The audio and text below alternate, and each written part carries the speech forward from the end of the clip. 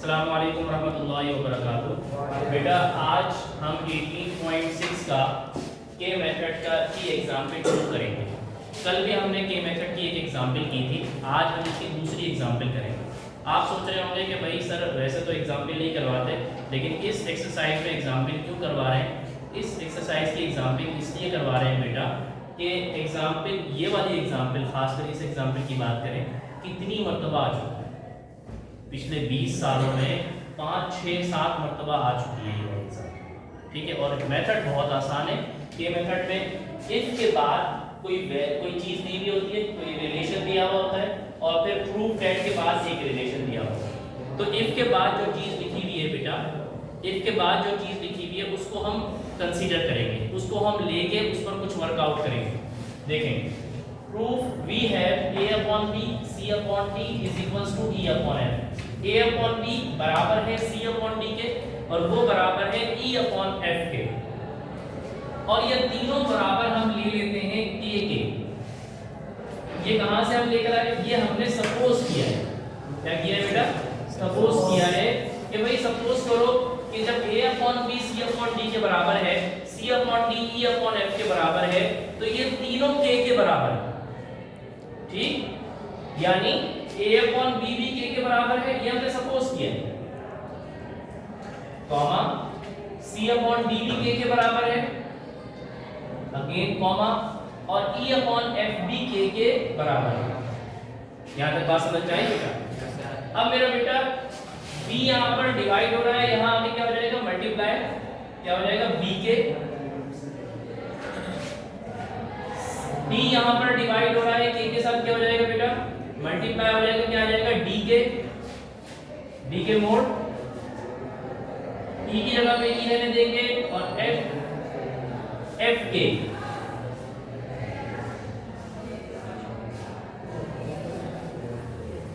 बेटा हमने सिंपल क्या काम किया है कि तीनों जो एक दूसरे के बराबर थे उसको k के बराबर ले लिया है, और फिर हमने b को यहाँ ले आए, मल्टीप्लाई में चले गए, b यहाँ आ गया, मल्टीप्लाई में आ गया, और f यहाँ आके मल्टीप्लाई में आ गया।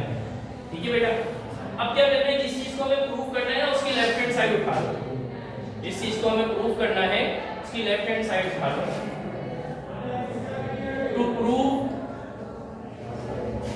टेकिंग लेफ्ट हैंड साइड, बेटा left hand side is equals to a plus c plus e का होल स्क्वायर अपॉन, बेटा आपकी तवज्जो है ना, b plus d plus f का होल स्क्वायर। हमने लेफ्ट हैंड साइड उठाई है, लेफ्ट हैंड साइड पे जो अपनी वैल्यूज है ना, तो हमने निकाली है अभी, वो वैल्यूज इसमें पुट करेंगे और फिर एक आंसर निकालेंगे। फिर हम राइट हैंड साइड उठाएंगे, राइट हैंड साइड में a c और e की वैल्यू लिखेंगे, उसका भी एक आंसर आ जाएगा। अगर लेफ्ट हैंड साइड का आंसर राइट हैंड साइड के आंसर के बराबर होगा, तो हम कहेंगे हाँ भाई ये वाला रिजल्ट इस वाले रिजल्ट के बराबर है, या ये पूरा रिजल्ट एक दूसरे के बराबर है। ठीक है बेटा, तो हम लेफ्ट हैंड साइड अभी हमने उठाया है, तो a और c और e की वैल्यू पुट करते हैं by putting value of a, c, e। Left hand side equal to a की जगह पे क्या लिखूंगा बेटा मैं? b k प्लस c की जगह पे क्या लिखूंगा बेटा? देख के बताएं, c की जगह पे क्या लिखूं बेटा? c की जगह पे क्या लिखूं? d के। बेटा e की जगह पे क्या लिखूं? f के। अच्छा, इस पूरे के ऊपर होल स्क्वायर है, तो मैं इधर भी होल स्क्वायर लिख दूंगा, और अपॉन में BD और F की कोई वैल्यू नहीं है, तो हम इसी तरह लिख देते हैं BD प्लस F का होल स्क्वायर। यहां तक बात समझ में आई बेटा? इस तरह। ठीक है, अब आप गौर से देखना बेटा, ब्रैकेट के ऊपर स्क्वायर है,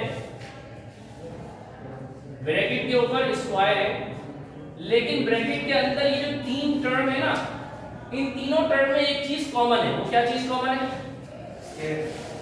k कॉमन है। तो मैं k कॉमन निकाल देता हूं, k कॉमन निकाल देता हूं, ब्रैकेट के अंदर ही कॉमन निकाल रहा हूं। ब्रैकेट के बाहर जो स्क्वायर है उसको भी छेड़ेंगे नहीं, ब्रैकेट के अंदर ही खेल रहे हो। पीसीएल चल रहा है, ठीक है ना। B plus D plus F और के बाहर कॉमन आ गया है और सबके ऊपर क्या है, स्क्वायर। बेटा अब ये जो स्क्वायर है इस पूरे ब्रैकेट पर भी है और के ऊपर भी है, इस पूरे ब्रैकेट के ऊपर भी स्क्वायर है और के ऊपर भी स्क्वायर है। अच्छा अपॉन में जो चीज है वो तो चल रही है ना, b plus D plus f का होल स्क्वायर। नेक्स्ट स्टेप पे ये स्क्वायर इस के ऊपर भी आ जाएगा और इस पूरे ब्रैकेट के ऊपर भी आ जाएगा, b plus D plus f का होल स्क्वायर।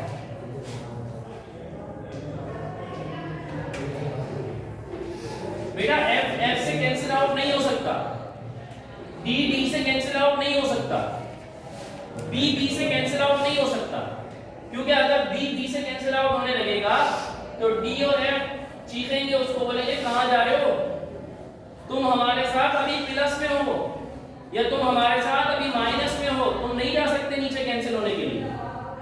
हाँ लेकिन कैंसिल आउट ऐसे हो सकता है कि अगर हम इस पूरे ब्रैकेट को इस पूरे ब्रैकेट से कैंसिल आउट कर दें तो फिर कैंसिल हो सकता है, ठीक है। तो ये पूरा ब्रैकेट बिल्कुल एक जैसा है, कोई प्लस माइनस की कोई वो तो नहीं है, चेंजिंग तो नहीं है, तो हम इस पूरे ब्रैकेट को इस पूरे ब्रैकेट से कैंसिल आउट कर सकते हैं। क्या बचेगा बेटा, के स्क्वायर अपॉन में क्या आ गया 1, अपॉन में 1 आ गया ना, और जब अपॉन में 1 आ जाए तो उसे कहते हैं बाय बाय बाय बाय। तो लेफ्ट हैंड साइड का आंसर क्या आया बेटा, के स्क्वायर। अब देखते हैं राइट हैंड साइड का आंसर के स्क्वायर आता है या नहीं आता। नाउ कैंडीलैंड की chocolate, now right hand side बराबर है क्या है, पर राइट हैंड साइड ए सी ई यही है अपॉन बी डी एफ। बेटा वैल्यूज पुट करेंगे, ए की वैल्यू क्या है, ए की वैल्यू क्या है, बी के। ए और सी आपस में क्या हो रहे हैं, मल्टीप्लाई। जब दो वेरिएबल एक साथ नजर आ जाएं तो वो और उनके दरमियान कोई साइन ना हो तो वो दोनों आपस में क्या हो रहे होते हैं, मल्टीप्लाई। सी की जगह पे क्या आ जाएगा, डी के, और ई की जगह पे क्या आ जाएगा, एफ के, और बी एफ, ठीक। ए सी, ए की जगह पे हमने क्या लिखा, बी के, और सी की जगह पे क्या लिखा, बी के। अच्छा जी, अब क्या करेंगे बेटा, इन दोनों तीनों में से क्या चीज, इसमें से कोई कॉमन नहीं निकल सकता क्योंकि सब मल्टीप्लाई हो रहे हैं, लेकिन बाहर हम इसको अरेंज कर सकते हैं, बी डी एफ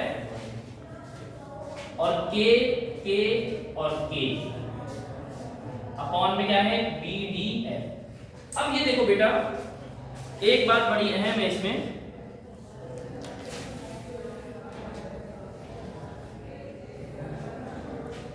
एक बात बहुत अहम है। अच्छा यहाँ पर हमने एक छोटी सी मिस्टेक की है, वो मिस्टेक क्या की है कि लेफ्ट हैंड साइड में क्या, ये क्या था, क्यूब था, और यहाँ हमने क्या लिख दिया, गलती से स्क्वायर लिख दिया। तो यहाँ पर बेटा इसको तवज्जो कीजिएगा, क्यूब है, यहाँ पे भी क्या है बेटा, क्यूब है। जब इन दोनों जगह पे क्यूब होगा तो यहाँ पे भी स्क्वायर नहीं होगा बेटा, बल्कि क्या होगा बेटा, क्यूब। और यहाँ पे क्या होगा बेटा, क्यूब। यहाँ पे भी क्यूब और यहाँ पे भी क्यूब। अब बेटा जब ये जो पावर 3 है ये के ऊपर भी आएगी और इस पूरे ब्रैकेट के ऊपर भी आएगी, सही है बेटा। ये जो हमसे मिस्टेक हुई थी, हमने देखा कैसे क्या गलती थी, सवाल हमने सही उतारा था, लेकिन जब हमने लेफ्ट हैंड साइड ली तो मैंने इस क्यूब की जगह पे स्क्वायर लिख दिया और आप लोगों ने भी नहीं बताया। अब क्या हुआ, आंसर में क्या आएगा बेटा, के की पावर 3। अब आप यहां देखिए मेरा बेटा, क्या बी डी से कैंसिल हो सकता है, हो सकता है, क्योंकि बी डी के साथ प्लस माइनस नहीं हो रहा, डी से कैंसिल आउट हो सकता है। बी और डी की तो पहले ही कुट्टी चल रही है, मल्टीप्लाई का मतलब क्या है, झगड़ा। मल्टीप्लाई का मतलब क्या है भाई, झगड़ा। वो कराटे का स्टाइल होता है ना मल्टीप्लाई का, है ना। तो बी और डी की तो वैसे ही लड़ाई चल रही है, बी डी से कैंसिल होगा तो डी उसको आवाज नहीं देगा, वो नहीं बोलेगा भाई मुझसे तुम प्लस माइनस हो रहे हो, तुम क्यों कैंसिल हो रहे हो। जैसे यहाँ बोल रहा था हम कह रहे थे ना यार b को b से कैंसिल नहीं कर सकते, d को d से कैंसिल नहीं कर सकते, आलमगीर भाई f को f से कैंसिल नहीं कर सकते, क्योंकि अगर b से कैंसिल करने जाएंगे तो d और f चिल्लाएंगे अबे कहां जा रहा है, सही है। और अगर b और d को कैंसिल करेंगे तो f और b चिल्लाएंगे। लेकिन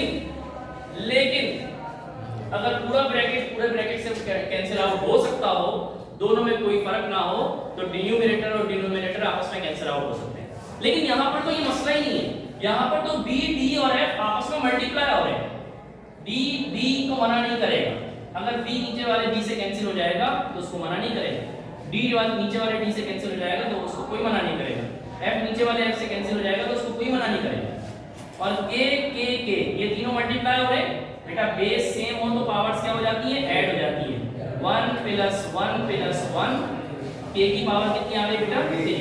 राइट हैंड साइड क्या आया बेटा, k3। अब आखिर में हम लिखेंगे from, therefore left hand side बराबर है राइट हैंड साइड से, k3 बराबर है k3 के। सही है बेटा, समझ में आया? जी सर।